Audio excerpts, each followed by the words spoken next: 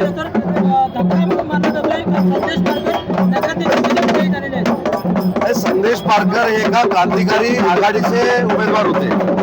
तर आमच्या मित्रपक्षाचा पराभव झाला याचं नक्कीच दुःख आम्हाला आहे.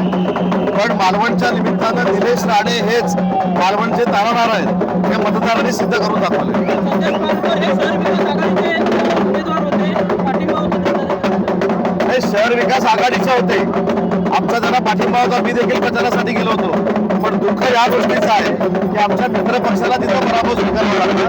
आणि संदेश पारकर हे देखील अनेक वर्ष इथे नगराध्यक्ष झाले होते.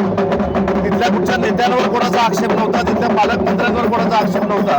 पण कणकवली नगरपालिका ज्या पद्धतीनं चालवली गेली सत्ताधाऱ्यांकडनं त्याच्यावर आक्षेप होता आणि म्हणून आघाडीचा विजय झाला. सर, गेल्या काही दिवसांपासून राष्ट्रवादी अजित पवार गटाची जी युती संदर्भातल्या चर्चा होत्या, पण आता सुनील तटकरेंच्या वक्तव्यांना देखील एक उधार आलेलं आहे. कारण घटकांना बाजूला ठेवत तटकरेंनी पुढाकार घेतलेला आहे आणि महायुती म्हणून निवडणूक लढवण्याची इच्छा व्यक्त केलेली आहे त्यांनी. कुठे सुनील तटकरेंनी मुंबईमध्ये आपण आता या निकालावर बोलू.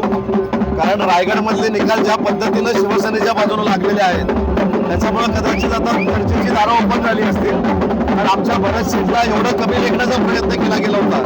आज भरत शेठनं नॅपकिन का असतो हे पुन्हा एकदा विरोधकांना दाखवलंय. रायगडमध्ये 90 ठिकाणी आम्ही 90% ठिकाणी शिवसेनेचे नगराध्यक्ष निवडून आले. याचा अर्थ महाराष्ट्रात रायगडसह सगळीकडे एकनाथ शिंदे साहेबांचं नेतृत्व हे सर्वमान्य आहे, सिद्ध झालंय. सर, नाशिकमधील भोकर नगर परिषदेमध्ये शिवसेनेची 25 वर्षांची सत्ता होती. मात्र ती अजित पवारांच्या राष्ट्रवादीने उचलून आणलेली अजित पवारांच्या राष्ट्रवादीच्या प्रेरणा बालकवडे ह्या विजयी झालेल्या आहेत. आता असं एका ठिकाणी कुठेतरी होतं. आता कोकणात सगळीकडे 90% आम्ही जिंकलो, ते पराभूत झाले. इथं सुद्धा राष्ट्रवादी काँग्रेस पार्टीनं किती उमेदवार उभे केले होते? एका ठिकाणी त्यांना न्याय मिळाला. ठीक आहे, त्यांचं देखील मी अभिनंदन करतो. किती दिवस तिकडे राहतात ते पण मी बघतो. परंतु एका ठिकाणी पण नाही ना. ठीक आहे, एका ठिकाणी पण नाही. राष्ट्रवादी काँग्रेस पार्टीनं नगराध्यक्षासकट 12 फॉर्म आमच्याकडे भरले होते. एका ठिकाणी पण ते विजयी होऊ शकले नाही.